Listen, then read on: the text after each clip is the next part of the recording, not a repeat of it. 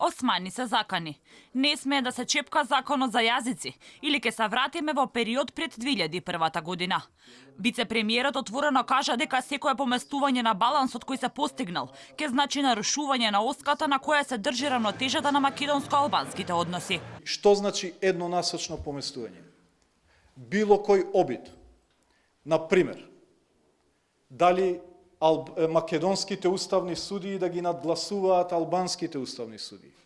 Дали Министерството за правда без согласност од целата влада. Дали собранието без согласност и на представниците на етничките заедници. Дали било кој друг во државата. Ако се обиде на најсензитивното прашање, да пристапи еднонасочно, буквално ја руши оската на кое што се држи балансот на македонско-албанските односи. Истакна дека нема да поддржат измени во законот за двојазичност, туку дека ќе работеле на акцијски планови и за јакнување на капацитетите за истиот да се имплементира. Според Османи, законот е добар каков што е, но и дека дури треба да биде надграден во дел што се однесува на двојазичност на парите и војничките униформи, за кој вели дека Венецијанската комисија дала позитивно мислење. Венецијанска комисија не е супермаркет на кој што вие можете да купите еден продукт, другиот да не го купите. Венецијанска комисија вели да има потешкоти во судството поради немање капацитети, но вели да можете да употребите двојазичност во банкнотите. И не можете вие да отворите дебата за судството, а да не отворите дебата за банкнотите. Изјавите на Османи се различни од оние на премиерот Заев, кој денеска ги избегна новинарите. Но вчера истакна дека ќе го ревидираат законот и ќе го испочитуваат мислењето на Венецијанската комисија.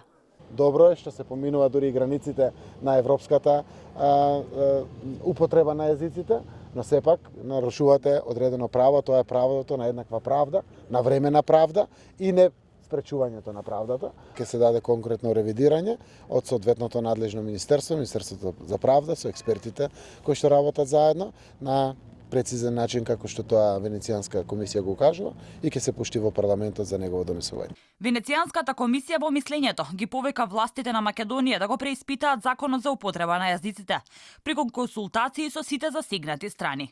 Венецијанската комисија оценува дека во одредени области новиот закон може да оди премногу далеку со наметнување на јавните институции на нереални правни обврски, особено во врска со употребата на албанскиот јазик во судската постапка, придружено со тешки санкции во случај на непочитување и можност за промена на судските решенија, доколку има недостаток на превод и толкување во текот на постапката.